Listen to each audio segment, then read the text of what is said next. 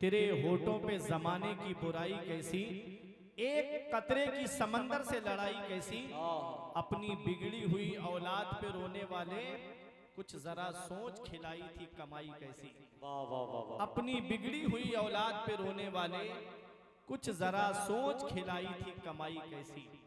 इन उलमा की तवज्जो गौर से सुनिएगा आप तकरीर को।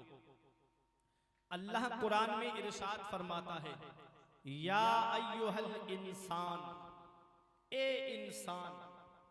इंसान में चाहे मर्द हो या औरत दोनों दाखिल है। रब फरमाता है, ए इंसान, मा गर्रका बिरब्बिकल करीम, करम करने वाले रब से तुझे किस चीज ने धोखे में रखा। करम करने वाले रब से तुझे किस चीज ने धोखे में रखा। क्यों तूने अल्लाह की इबादत नहीं की, क्यों तूने अपने रब की इबादत नहीं की। कौन सी चीज थी जिसने तुझे करम करने वाले रब से धोखे में रखा। अल्लाह कितना करम करता है हमारे ऊपर, अल्लाह कितना मेहरबान है हमारे ऊपर, अल्लाह अपने बंदों से कितनी मोहब्बत फरमाता है। एक माँ का बेटा थोड़ी देर के लिए कहीं गायब हो जाए, 1-1.5 घंटा अगर माँ को बेटा नजर ना आए तो माँ ऐसी बेचैन और बेकरार हो जाती है, रोने लगती है कि मेरा बेटा कहाँ चला गया। 1 घंटा 1 दिन के लिए आप उसके बच्चे को बिना माँ को बताए कहीं ले जाइएगा और उसको पता ना चले कि मेरा बेटा कहाँ है, तो माँ रोते रोते आसमान सर पे उठा लेगी। एक माँ की मैं बात कर रहा हूं कि एक माँ को अपनी औलाद से कितनी मोहब्बत होती है, एक माँ को अपने बच्चों से कितना प्यार होता है। अल्लाह कितना मेहरबान है अपने बंदों पर। 70 माओं से ज्यादा प्यार करता है मेरा रब अपने बंदों से। 70 माओं से ज्यादा मेरा रब अपने बंदों से प्यार करता है। इस 70 की गिनती क्या है, 70,000 माएँ भी होती उनसे भी ज्यादा मोहब्बत मेरा रब अपने बंदों से फरमाता है। रब की रहमत नहीं चाहती कि उसका कोई बंदा जहन्नम में जाए। मेरा रब कितना मेहरबान है हमारे ऊपर कि उसने हमारी बख्शिश के लिए हमको राहे रास्त पे लाने के लिए अंबिया इकराम को भेजा, औलिया इकराम को भेजा, ताकि हम इनके दामन से वाबस्ता रहें, कयामत के दिन ये हमारी शफाअत कराएं। अल्लाह कितना मेहरबान है हमारे ऊपर कि उसने हमको जिस्म सलामत दिया, उसने हमको आज़ा सलामत दिए। ये आंख अल्लाह की कितनी बड़ी नेमत है, ये कान अल्लाह की कितनी बड़ी नेमत है, ये हाथ अल्लाह की कितनी बड़ी नेमत है, ये पैर अल्लाह की कितनी बड़ी नेमत है, ये हार्ट दिल जो सलामत है ये अल्लाह की कितनी बड़ी नेमत है, ये किडनियां जो सलामत है ये अल्लाह की कितनी बड़ी नेमत है, ये लीवर जो बराबर काम कर रहा है ये अल्लाह की कितनी बड़ी नेमत है, ये मुंह के अंदर जो थूक बन रहा है जिसे तुम मामूली समझते हो, इस थूक की पता है आपको। एक शख्स ने मुझसे कहा कि मौलाना मेरे मुंह में थूक नहीं बनता है, लाखों रुपये खर्च कर दिए मैंने दवाओं में, सिर्फ थूक बन जाए मेरे मुंह में। हमने कहा इससे क्या फायदा। कहते तुम इसे मामूली समझते हो थूक को। जब इंसान खाना खाता है तो थूक लुआब जो है खाने के साथ मिल के जाता है, इसके अंदर एसिडिटी पाई जाती है, तेजाबियत पाई जाती है जो खाने को गला देती है। आज जिस थूक को तुम मामूली समझ रहे हो ना, ये थूक अल्लाह की इतनी बड़ी नेमत है। वो कहता है मौलाना जो चीज जैसी खाता हूं वैसी ही निकल जाती है, हजम नहीं हो पाती क्योंकि थूक नहीं बनता मेरे मुंह में। अल्लाह ने कितनी बड़ी नेमत से हमको नवाजा। हॉस्पिटल में जाके देखो, एक चक्कर लगाया करो और देखा करो, कभी घमंड आने लगे ना अपने ऊपर तो एक चक्कर लगा के देखा करो कि किसी के पैर का इलाज चल रहा है, किसी के पैर पे प्लास्टर चल रहा है, किसी का हाथ टूटा पड़ा है, किसी की आंख का इलाज चल रहा है, किसी के कान का इलाज चल रहा है, किसी के दिल के बाल पड़ रहे हैं, किसी की किडनियों का इलाज चल रहा है, किसी के लीवर का इलाज चल रहा है, किसी के शुगर का इलाज चल रहा है, किसी के कैंसर का इलाज चल रहा है, किसी के हार्ट का इलाज चल रहा है। देखा करो जाकर के। अल्लाह ने तुमको जिस्म सलामत दिया, अल्लाह ने तुमको पैर सलामत दिए, अल्लाह ने तुमको हाथ सलामत दिए, अल्लाह ने तुमको आंखें सलामत दी। ये आंख अल्लाह की कितनी बड़ी नेमत है जानते हो? कयामत के दिन एक शख्स ऐसा लाएगा जिसने कई सालों तक अल्लाह की इबादत की होगी, जंगल में जाकर के बगैर किसी मखलूक से राब्ता न रख के सिर्फ अल्लाह की इबादत करता रहा जंगलों में जाकर के। अल्लाह कयामत में फरमाएगा मेरे इस बंदे को मेरे फजल की बिना पे जन्नत ले जाओ। तो वो कहेगा मौला मेरी इबादत कहाँ चली गई जो इतने साल में इबादत करके आया हूँ? रब फरमाएगा इसे वापस लेके आओ। एक पल्ले में उसकी इबादत को रखा जाएगा और दूसरे पल्ले में अल्लाह ने जो नेमतें अता फरमाई है आंखें, एक आंख को एक पल्ले में रखा जाएगा। तो ऐ पलिया में रहने वालों आंख वाला पलरा भारी हो जाएगा। वो कहेगा मौला मुझे अपने फजल की बिना पे जन्नत भेज दे।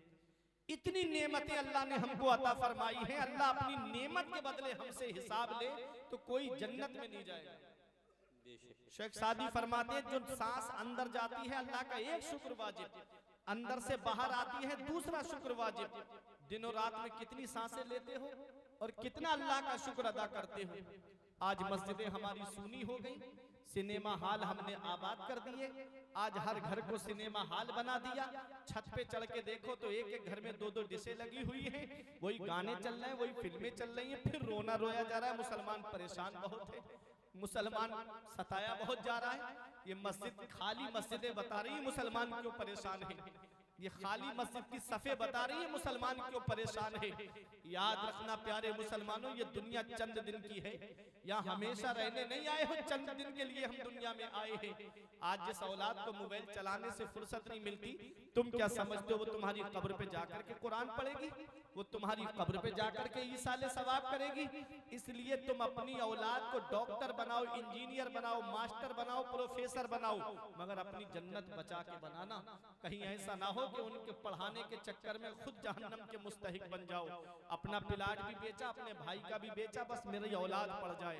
चले गए दुनिया से, दूसरों का हक मार करके कब्र के अंदर अजाब हो रहा है।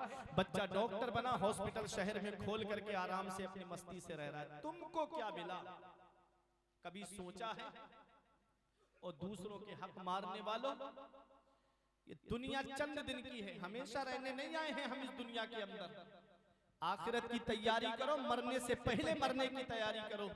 पहले आदमी बीमार पड़ता था, महीनों बिस्तर पे पड़ा रहता था, आज तो पता भी नहीं चलता कि कब उसका इंतकाल हो गया। अभी आपने नहीं देखा हमारे बरेली शरीफ के इलाके के एक हाफिज साहब का इंतकाल, मौलाना साहब का इंतकाल हुआ था।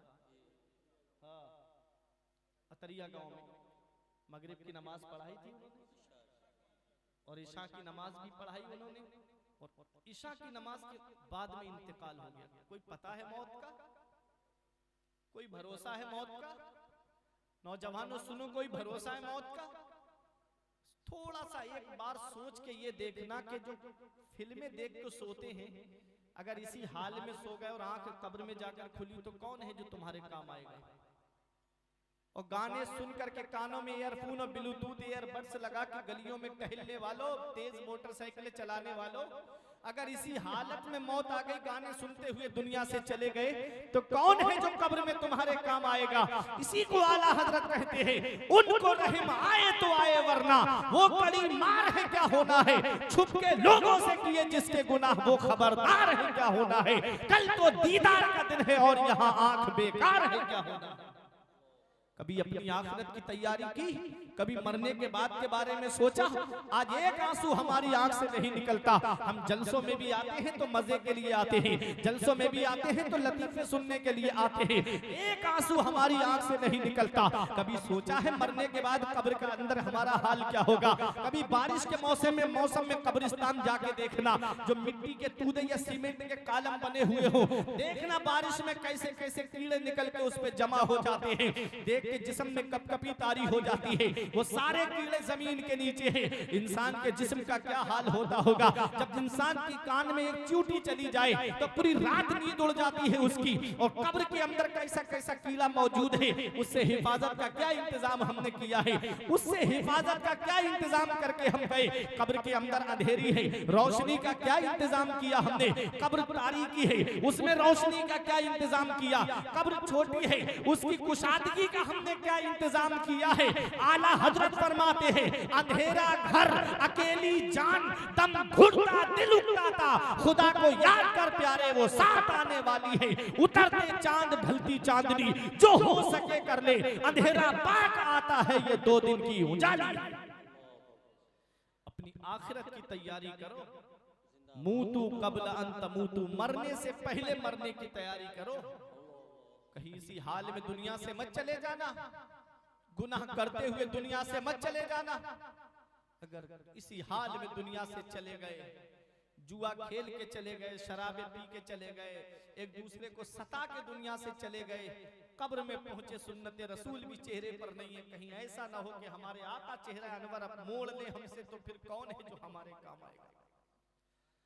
आला हजरत फरमाते उनको रहम आए तो आए, वरना वो कड़ी मार है क्या होना है, छुप के लोगों से किए जिसके गुनाह वो खबरदार है क्या होना है। कल तो दीदार का दिन है और यहाँ आंख बेकार है क्या होना है। फिल्में देख के जो दुनिया से चला जाए, क्या नबी के सामने इन आंखों से खड़ा हो सकता है? बदनिगाही करके जो दुनिया से जाए, क्या गौसे आजम के सामने खड़ा हो सकता है? आला हजरत फरमाते कल तो दीदार का दिन है और यहाँ आंख बेकार है क्या होना है। हाय बिगड़ी तो कहाँ आकर नाव, ऐन मझधार है क्या होना है। सैलाब आ गई हो, समंदर तुगयानी पर हो और बीच समंदर में या बीच नदी के अंदर कश्ती खराब हो जाए तो बताओ किनारा कैसे मिलेगा। आला हजरत फरमाते हैं ऐन मझधार है क्या होना है। ऐ लोगों जरा देखो अल्लाह ने कितने एहसानों से हमको नवाजा है, अल्लाह ने कितनी नेमतों से हमको नवाजा है। ये हाथ अल्लाह की नेमत है, ये पैर अल्लाह की नेमत है, ये जुबान अल्लाह की नेमत है, ये हाथ अल्लाह की नेमत है। और तवज्जो तो देखो अल्लाह की कितनी नेमतें हैं। आज शेख सादी अलैहि रहमा फरमाते हैं खुदाए रास्त मुसल्लम बुजुर्ग बारी और हिल्म के जुर्म बीनद व नान बरकरार मी दारद, कि आज अगर बेटा बाप का कहना ना माने तो बाप कहता है शाम का खाना बंद, माँ का कहना ना माने माँ औलाद का खाना बंद कर देती है। अल्लाह हम पे कितना मेहरबान है।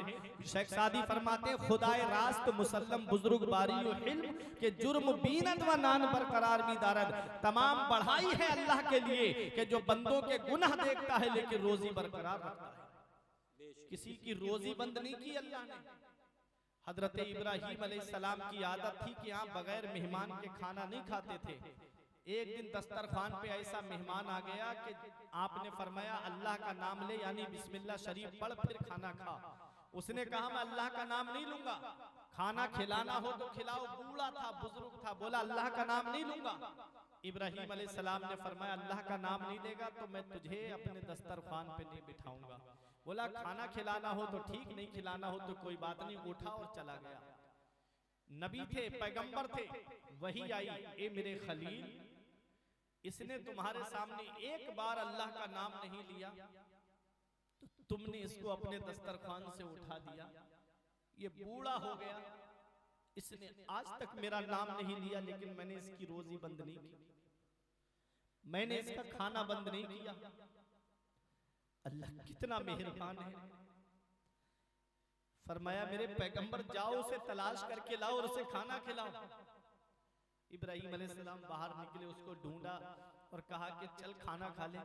उसने कहा ये बताओ पहले तो तुमने दस्तरखान से उठा दिया, अब मुझे क्यों ढूंढने के लिए आए? तो उन्होंने पूरी बात बताई।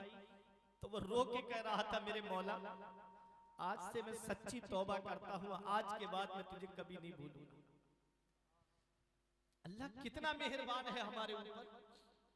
ये औलाद अल्लाह की नेमत है, ये कारोबार जो चल रहे हैं ये अल्लाह की नेमत है, ये बिल्डिंगें बनी है अल्लाह की नेमत है। उनसे पूछो जो जगह जगह रोड के किनारे रैन बसेरा बना करके लोग रहते हैं, तुमको अल्लाह ने मकान अच्छा दिया, तुमको अल्लाह ने दौलत से नवाजा, अच्छे कारोबार से नवाजा, फिर भी तुमने अल्लाह की इबादत नहीं की, फिर भी मस्जिदें सूनी हमारी।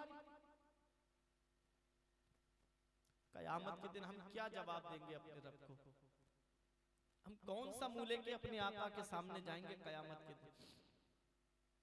अल्लाह बहुत मेहरबान है। अल्लाह ने बेशुमार नेमतों से हमको नवाजा है, और जब नेमत की कदर नहीं होती है तो अल्लाह नेमतें छीन लेता है। जब नेमत की कदर नहीं करता इंसान तो अल्लाह अपनी नेमत वापस ले लेता है। मुगलों को आप जानते हो, कितनी हुकूमत रही थी उनकी, कितनी दौलत थी उनके पास में, कितना पैसा था उनके पास में, लेकिन उनके दरबार में जो है वो नाच भी होते थे। जब नेमतों का उन्होंने मिसयूज करना शुरू कर दिया तो अल्लाह ने वो नेमतें ले ली, नेमतें छीन ली अल्लाह ने। आखिरी बादशाह मुगल बादशाह बहादुर शाह जफर गुजरे थे, दिल्ली के लाल किले से अंग्रेज गिरफ्तार करके लेके गए थे रंगून काला पानी। तो काले पानी में उन्होंने एक कलाम लिखा था, लगता नहीं है दिल मेरा उजड़े दयार में, किसकी बनी है आलम न पायदार में, उम्रे दराज मांग के लाई थी 4 दिन, तो आरज़ू में कट गए तो इंतजार में, कितना है कम नसीब जफर दफन के लिए, 2 गज जमीन भी ना मिली अपने दयार में। दौलत अल्लाह ने दी है तो इस दौलत का गलत इस्तेमाल मत करो। दौलत अल्लाह ने दी है तो इसे नाच गानों पे खर्च मत करो। दौलत अल्लाह ने दी है तो इसको डांस पार्टियों में मत लुटाओ। दौलत अल्लाह ने दी है तो इसको शराब में खर्च मत करो। दौलत अल्लाह ने दी है तो इसे जुए में खर्च मत करो। आज के प्रोग्राम में नौजवान ज्यादा हैं तो सुनो, मैं एक पैगाम दे के जा रहा हूँ। हदीस पाक में है, नबी फरमाते हैं, ला तज़ूलो कदमा अब्दिन, कयामत के दिन बंदा अपनी जगह से 1 इंच भी नहीं हट सकता, हत्ता युसअला अन अर्बइन, जब तक 4 सवालों के जवाब नहीं दे देगा। हिसाब की जगह पे बंदा खड़ा होगा तो 1 इंच नहीं हट सकता जब तक 4 सवालों के जवाब उससे नहीं किए जाएंगे। वो चारों के जवाब देगा। हदीस पाक में आता है, नबी फरमाते हैं, अन उम्र ही, उससे उम्र के बारे में पूछा जाएगा कि ये उम्र तूने कहां पर गुजारी है। अब उम्र के बारे में पूछा जाएगा, जवान हो उनसे भी पूछा जाएगा, बूढ़े हो उनसे भी पूछा जाएगा, ये उम्र तुमने कहां पर गुजारी है, ये उम्र कहां तुमने गुजारी है। अल्लाह की इबादत करके गुजार के जाओगे तो फख्र से कहोगे, मौला जो तूने जिंदगी दी थी तेरी इबादत करके गुजार के आए हैं, मौला तेरे नबी की तारीफ करके गुजार के आए हैं। रब तबारक व तआला उम्र के बारे में पूछेगा। और दूसरा सवाल जवानों से होगा। जवानों से क्या पूछा जाएगा? जवानों से उनकी जवानी के बारे में पूछा जाएगा। जवानी जो दीवानी होती है, बताओ जवानी को कहां गुजार के आए हो? क्या कहोगे शराब की दुकान पे गुजार के आए हैं? क्या कहोगे जुए के अड्डों पे गुजार के आए हैं? क्या कहोगे जिनों के अड्डों पे जवानी को गुजार करके आए हैं? क्या कहोगे कि एक दूसरे को सता करके गुजार करके आए हैं? ये जवानी जो दीवानी होती है, इस जवानी को कहां पर गुजारा है? कर जवानी में इबादत, काहिली अच्छी नहीं। कर जवानी में इबादत, काहिली अच्छी नहीं। जब बुढ़ापा आ गया कुछ बात बन पड़ती नहीं। ये जवानी जो है, जवानी अल्लाह की इबादत करके गुजार दो। जवानी अपने रब को राजी करके गुजार दो। जवानी अपने नबी को राजी करके गुजार दो। जवानी अल्लाह और उसके रसूल को राजी करके गुजार दो। अल्लाह जवानों के बारे में पूछेगा, जवानों से जवानी के बारे में पूछेगा, ये जवानी तुमने कहां पर गुजारी है। और तीसरा सवाल होगा, अल्लाह माल के बारे में पूछेगा, ये माल तूने कहां से कमाया है? माल तूने किस तरीके से कमाया है? हलाल तरीके से कमाया है कि हराम तरीके से कमाया है? अगर हलाल तरीके से कमाया होगा तो सर फख्र से ऊंचा होगा, और हराम तरीके से कमा के गए होगे तो सर शर्म से झुका हुआ होगा। एक सवाल ये होगा। और चौथा सवाल जो है, रब तबारक व तआला पूछेगा, ये माल तूने खर्च कहां पर किया है? इस माल को खर्च कहां करके आया है? माल कमाया कैसे है ये पूछा जाए, कहां से कमाया ये पूछा जाएगा, और खर्च कहां पर किया है ये भी उससे पूछा जाएगा। अगर नबी के जिक्र की महफिल में खर्च किया है तो कहोगे मौला तेरे महबूब के जिक्र की महफिल में खर्च करके आए हैं। मस्जिदों में तुमने खर्च किया है तो कहोगे मौला राह खुदा में माल खर्च करके आए हैं। और अगर यही माल डांस पार्टियों में खर्च किया है, यही माल बैंड बाजों में खर्च किया है, यही माल गुनाहों के अड्डों को आबाद करने में खर्च किया है तो सर शर्म से झुका हुआ होगा। ऐ मेरे अजीजों, उस आखिरत की फिक्र करो, कयामत के दिन की फिक्र करो। आज हमारे पास कोई ऐसी नेकी नहीं सीना तान के कहे कि ये नेकी जन्नत में लेकर के जाएगी। अल्लाह का फजल है, उसके हबीब का करम है। मेरा रब चाहे तो गुनाहगार से गुनाहगार इंसान को जन्नत अता फरमा दे, मेरा रब चाहे तो परहेजगार की पकड़ फरमाए।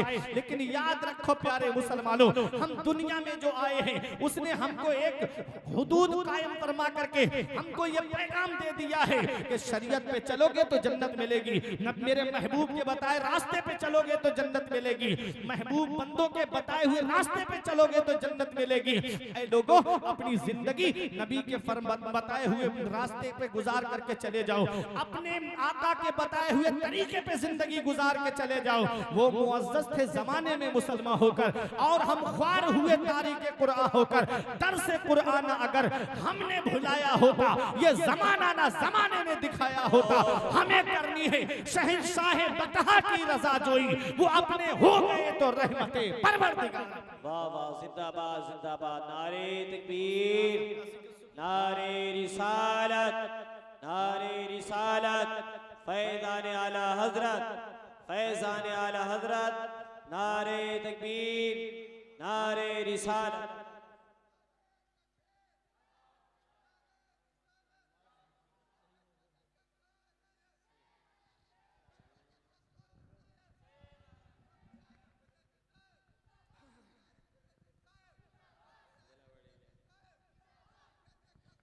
नारे तकबीर, नारे रिसालत, उठ के इस्तेमाल कर लीजिए। नारे तकबीर, नारे रिसालत, जश्न ईद मिलादुन नबी, अल्लामा या आरिफ रजा कुरैशी बरेलवी, नारे तकबीर, नारे रिसालत। जिंदाबाद जिंदाबाद। माशाल्लाह, देखिए हजरात, अब बैठ जाएं आप हजरात, बैठिए आप। माशाल्लाह, मुकर्रिर खुसूसी खतीब अहले सुन्नत हज़रत अल्लामा मौलाना आरिफ कुरैशी साहिब किबला की आमद हो चुकी है। मेरे फौरन बाद आपको भरपूर खिताब समात करना है बड़े अच्छे अंदाज में। मोहब्बत से दुरूद पाक पढ़िए, अल्लाहुम्मा सल्ली अला सय्यदना व मौलाना मुहम्मदिन व बारिक वसल्लम, सलातुन व सलामन अलैका या रसूल अल्लाह सल्लल्लाहु तआला अलैहि वसल्लम। मेरी बातें आपकी समझ में आ रही हैं? सिर्फ सर हिलाने वाली समझ में आ रही है? बात समझ में आ रही है ना? जरा हाथ उठा के बताएं। माशाल्लाह। तो ये लोग बाहर क्यों खड़े हो गए? अगर ये समझ में आती होती तो ये पिंडाल के अंदर आकर के बैठ जाते। कुछ जलसा सुनने आते हैं, कुछ देखने भी आते हैं ना। हाँ, तो अब आप लोग बैठ के सुने, ठीक है? सुकून के साथ में सुनिएगा। मैं आपको अगर मैं चाहूं तो वाकया सुना के, कारी जाकिर साहब, मैं अभी ये खुद मजमे में नारे लगाएंगे। मैं चाहता हूं कि कुछ पैगाम दे दिया जाए जो हमारे काम आ जाए। वाकयात तो मैं सुना दूंगा आपको, इतने वाकयात सुना दूंगा। पलिया में पहली बार भी नहीं आया हूं। मौलाना महमूद रजा साहब ने जो मदरसे का जलसा कराया था उसमें भी मैं आया था, पहली तकरीर मैंने की थी अल्हम्दुलिल्लाह। और उसके अलावा भी मैं पलिया में आया हूँ कई बार। मैं हालात जानता हूँ। मैं चाहता हूँ कि अगर 100 लोग भी आए हैं ना, इसमें से 2-4 अमल कर लें तो ये कमेटी वाले जो घर घर भीख की तरह पैसा मांग के लाए हैं, जो इतना बड़ा जलसा सजाया है, इतना बड़ा, तो इनका सजाना कामयाब हो जाए और हम उलमा का यहाँ पर आना कामयाब हो जाए और आपका यहाँ बैठना कामयाब हो जाए। एक की तो समझ में आएगा, 2 की तो समझ में आएगी बात, कुछ तो अमल करेंगे। तो सुनो, जिसके जिक्र की महफिल में आप आए हो, गौसे आजम के नाम पर कभी सोचा है गौसे आजम का खौफे खुदा कैसा था? शेख सादी फरमाते हैं गुलिस्ता के दूसरे बाब में, जो तालीम और ताल्लुम से ताल्लुक